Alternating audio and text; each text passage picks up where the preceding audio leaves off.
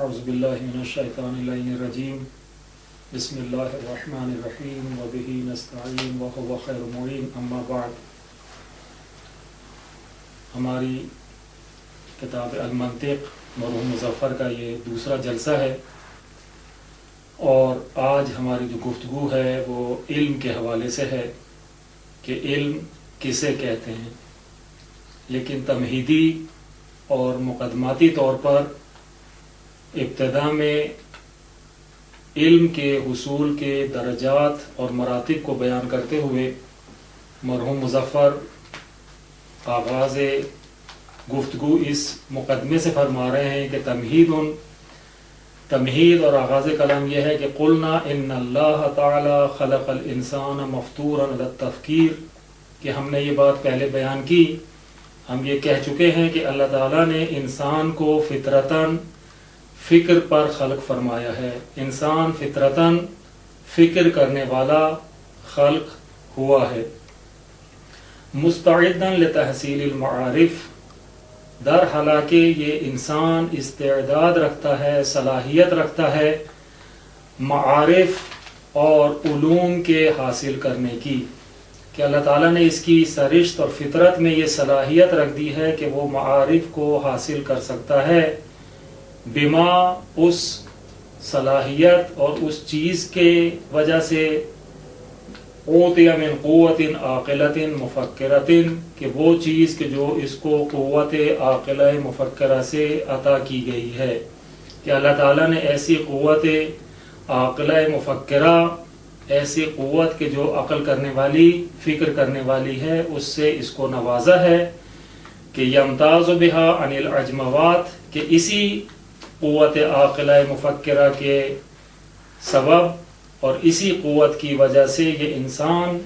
دوسرے تمام چوپایوں سے، دوسری تمام بے زبانوں سے ممتاز اور جدا ہو جاتا ہے. ولا باسا ببیان موطن ھذا الامتیاز من اقسام العلم، فرماتے ہیں کہ کوئی حرج نہیں ہے کہ ہم اس امتیاز اور انسان کے اس خصوصیت کا کہ جس کی وجہ سے وہ دوسرے تمام مخلوقات، دوسرے تمام حیوانات سے جدا ہو جاتا ہے،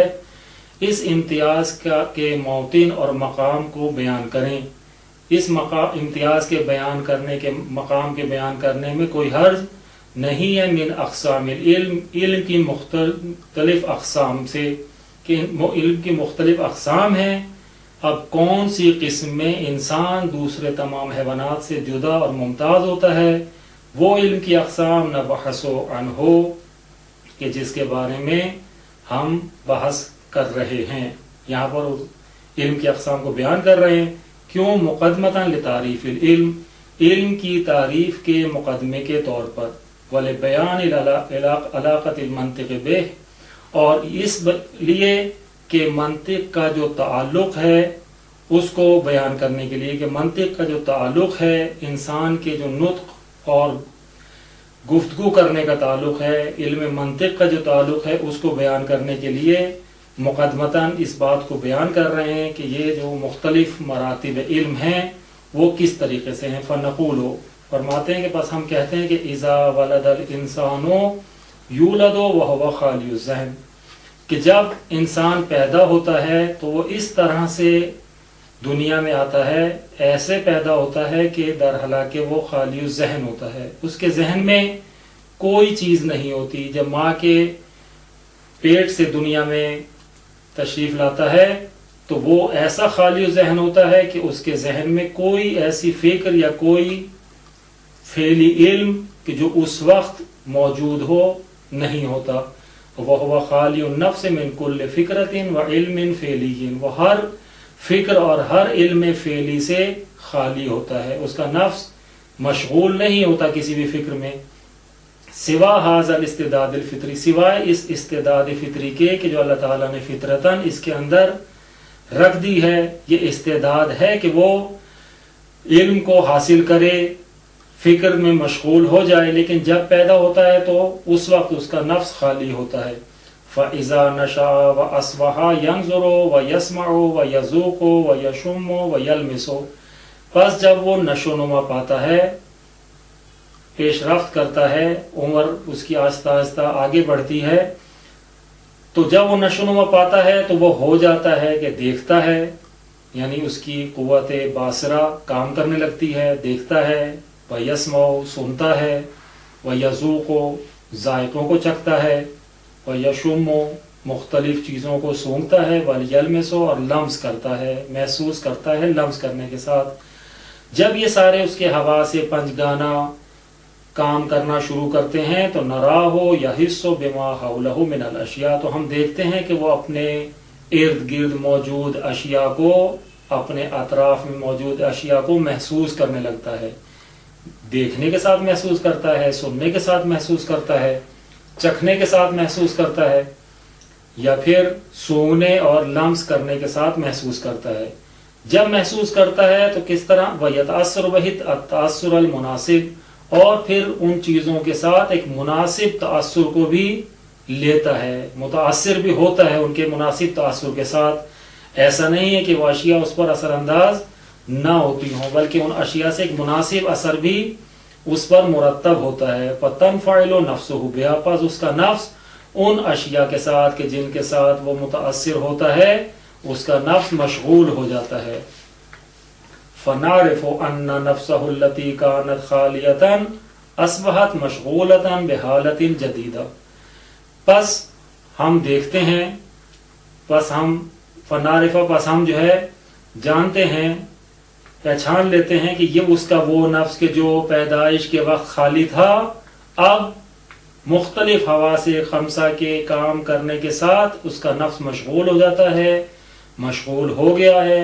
ایک نئی حالت کے ساتھ کہ جو پہلے نہیں تھی۔ پہلے اس کا نفس جب ماں کے پیٹ سے دنیا میں تشریف لایا تھا تو خالی تھا، لیکن اب جب اس کے حواس پنجگانہ نے کام کرنا شروع کیا تو ہم اس کو دیکھتے ہیں، جانتے ہیں کہ اب اس کا نفس ایک نئی حالت میں، ایک نئی کیفیت میں مشغول ہو گیا ہے۔ نسمیہ العلم، ہم اس کو بھی علم کا نام دیتے ہیں، جو اس نے ایک نئی حالت پیدا کی ہے، یہ نئی حالت کا پیدا کرنا بھی ایک علم ہے، علم کا ایک مرتبہ ہے۔ وَهِيَ الْعِلْمُ الْحِسِّ، اس علم کو علم حسی کا نام دیتے ہیں کہ یہ علم ایسا ہے کہ جو علم حسی ہے۔ کیوں؟ الذی، وہ علم حسی ہے کہ هو لیس الا حس النفس بالاشیاء، کہ وہ علم جو ہے نہیں ہے مگر یہ کہ نفس کا مختلف اشیاء کو محسوس کرنا ہے، مختلف اشیاء کو حس کرنا ہے۔ کون سی اشیاء؟ التی تناولها الحواس الخمس، کہ وہ اشیاء کہ جن کو اس کے حواس پنجگانہ درک کرتے ہیں، وہ اشیاء کہ جن کو اس کے حواس پنجگانہ پا لیتے ہیں، تو ان اشیاء کو جن کو اس کے حواس پنجگانہ درک کرتے ہیں، ان اشیاء کے ذریعے اس کا نفس جو ہے محسوس کرتا ہے، اور محسوس کرنے کے نتیجے میں اس کو علم حسی حاصل ہو جاتا ہے۔ کون سے حواس پنجگانہ؟ بیان کرتے ہیں کہ الباصرۃ، السامعۃ، الشامۃ، الذائقۃ، اللامسہ، یہ جو قوت باصرہ یعنی دیکھنے کی قوت صلاحیت، السامعہ سننے کی صلاحیت، الشامہ سونگنے کی صلاحیت، الذائقہ چکھنے کی صلاحیت، اور اللامسہ لمس کرنے کی صلاحیت، یہ جو اللہ تعالیٰ نے اس کے اندر حواس خمسہ رکھے ہیں، وَهَذَا أَوَّلُ دَرَجَاتِ الْعِلْمِ، یہ حواس خمسہ کا جو علم ہے، علم حسی ہے، یہ علم کے درجات میں سے پہلا اور ابتدائی ترین درجہ ہے، پہلا مرتبہ ہے کہ جو انسان کو اور غیر انسان کو حواس خمسہ کے ذریعے درک کرنے کی صورت میں حاصل ہوتا ہے۔ وَهُوَ رَأْسُ الْمَالِ لِجَمِيعِ الْعُلُومِ، اور یہی جو علم کا درجہ ہے، علم حسی والا،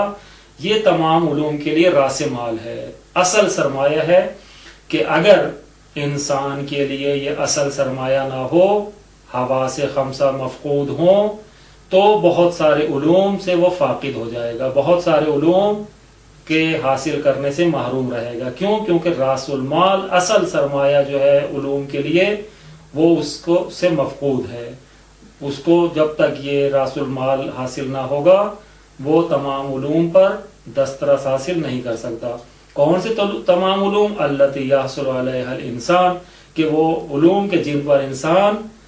دسترس حاصل کرتا ہے، جن پر انسان جو ہے تسلط پیدا کرتا ہے، وہ تمام علوم جو ہیں انسان کے لیے ظاہراً زیادہ تر حواس خمسہ ہی کی صورت میں ظاہر ہوتے ہیں اور حاصل ہوتے ہیں. وَيُشَارِكُهُ فِيهِ سَائِرُ الْحَيْوَانَاتِ، لیکن یہ علم جو ہے، جو علم حسی ہے، اس میں انسان کے ساتھ دوسرے حیوانات بھی شریک ہیں. الَّتِي لَهَا جَمِيعُ هَذِهِ الْحَوَاسِ أَوْ بَعْضُهَا، وہ حیوانات کے جن کے لیے یہ سب کے سب حواس پنجگانہ ہیں یا حواس پنجگانہ میں سے بعض ہیں، بلکہ بعض حیوانات انسان کی نسبت زیادہ حواس خمسہ میں صلاحیت رکھتے ہیں، یا ان میں دیکھنے کی یا سننے کی صلاحیت انسان کی نسبت کہیں زیادہ قوی ہوتی ہے. تو پس انسان اس علم کے مرتبے میں حیوانات پر کوئی فضیلت اور برتری نہیں رکھتا، ممتاز نہیں ہوتا، بلکہ بسا اوقات ممکن ہے حیوانات میں سے کوئی حیوان اس حواس خمسہ کے علم کے مرتبے میں انسان سے زیادہ قوی مرتبہ رکھتا ہو، انسان سے زیادہ قوی حواس رکھنے کی وجہ سے اس کا یہ علم حسی زیادہ قوی ہو. لیکن بہرحال انسان دوسرے حیوانات کے ساتھ اس مرتبہ علم میں شریک ہے. دوسرا مرتبہ علم جو ہے الثانی ثم تترقى مدارک الطفل،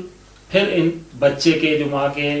شکم سے پیدا ہوا، دنیا میں آیا، اس کے مدارک، اس کے مراتب پیش رفت کرتے ہیں، ترقی کرتے ہیں، آگے بڑھتے ہیں. فیتصرف ذہنہ فی صور المحسوسات المحفوظۃ عنده، پس وہ تصرف کرتا ہے اپنے ذہن میں جو موجود ہیں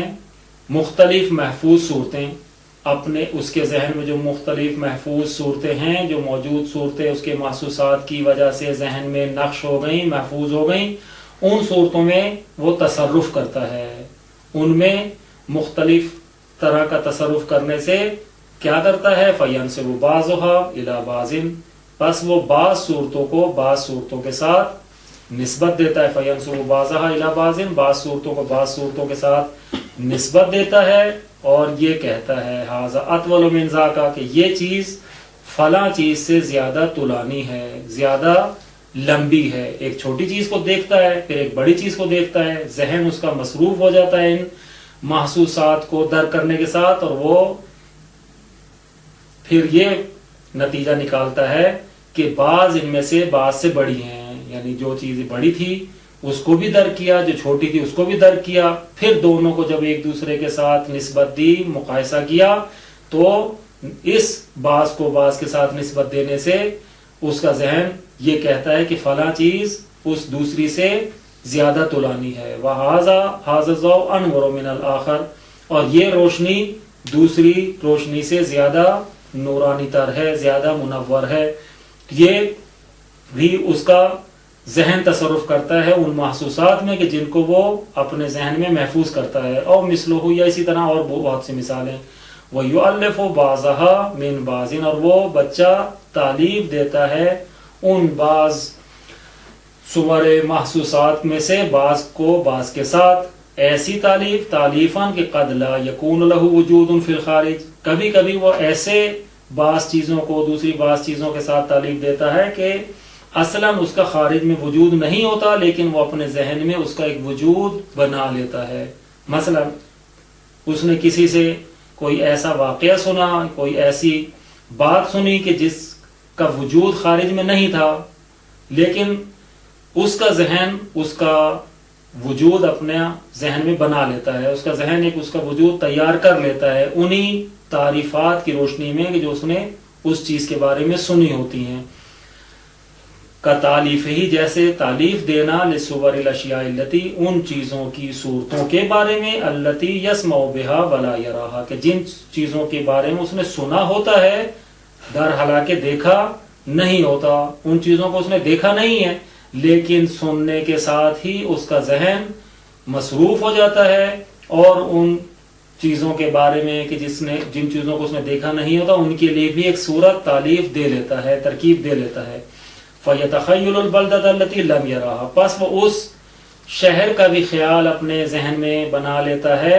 کہ جس کو اس نے دیکھا نہیں ہوتا. مثلا کسی نے اگر اس کے بارے میں ایک ایسے شہر کی تعریف کی کہ جس شہر کا اس نے مشاہدہ نہیں کیا، تو اس مشاہدے سے ہی اس کے ذہن میں اس شہر کے بارے میں ایک خیال اور ایک تخیل پیدا ہو جاتا ہے. کیسے بنا لیتا ہے؟ مؤلفۃ من صور الذہنیت المعروفۃ عندہ من مشاہداتہ للبلدان، کہ اس نے کیونکہ مختلف شہروں کا مشاہدہ کیا ہوتا ہے، اور ان شہروں کے مشاہدے سے جو اس کے ذہن میں ایک مشہور تصویر ان شہروں کی بنی ہوتی ہے، انہی شہروں کے مشاہدے کی بنی ہوئی تصویر سے وہ تعلیف دے کر اس اندیکھے شہر کے بارے میں بھی ایک تصویر بنا لیتا ہے، خیال اپنے ذہن میں بنا لیتا ہے۔